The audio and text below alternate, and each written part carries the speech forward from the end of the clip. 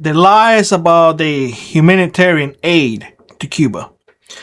Let me explain something to y'all that perhaps don't know this and need to know.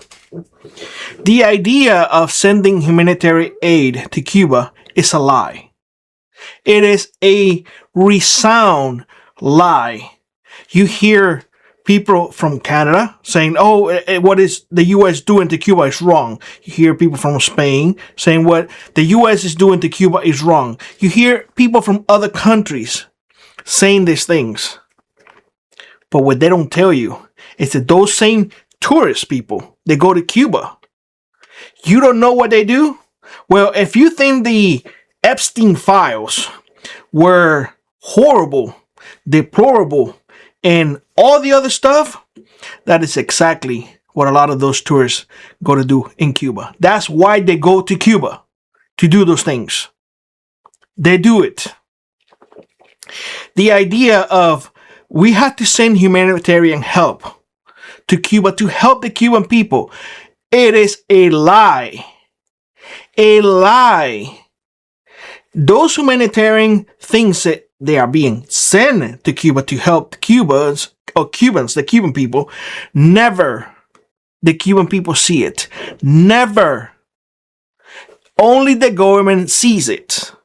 In fact, in the past, humanitarian aid had been sent to Cuba. Clothes, shoes, food. You know what the government does? They get it and they sell it to the public. They don't give it to the public. They sell it to the public. The same people, they have no money. They have to call their family who lives outside Cuba so they can send them dollars. What this humanitarian aid does to the Cuban government is it gives them an injection, a relief.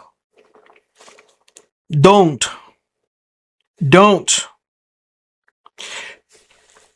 I understand that the trash is piling up because there is no diesel and it needs to get worse. I understand that there is no power and it needs to get worse. I understand that there is no food and it needs to get worse. I understand that there is no water and it needs to get worse. It needs to get worse. Because those of us who wanted to fight against the communism, people in the island would tell us all the time, shh, shh, shh, don't say that. Shh, shh, shh. Don't be so loud.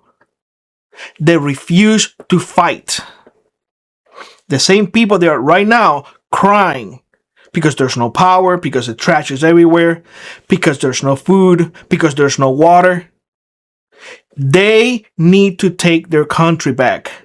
If we allow aid to come to the rescue, which is not going to be to the rescue of the people, it's going to be to the rescue of the current regime, we're going to go back again to the same BS.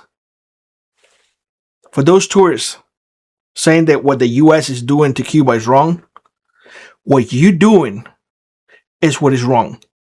What you're doing, going over there and taking advantage of those people, is what is wrong.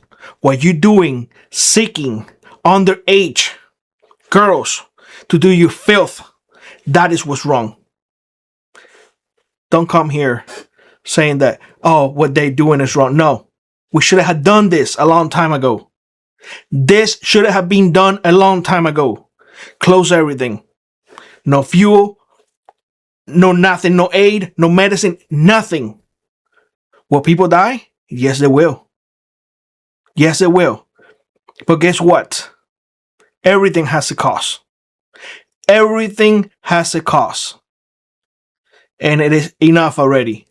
So many people have died because of this communist regime 90 miles away from the greatest country in the world. We go around the world freeing people. Democracy. We go around the world helping people. We have to help because it is our moral duty.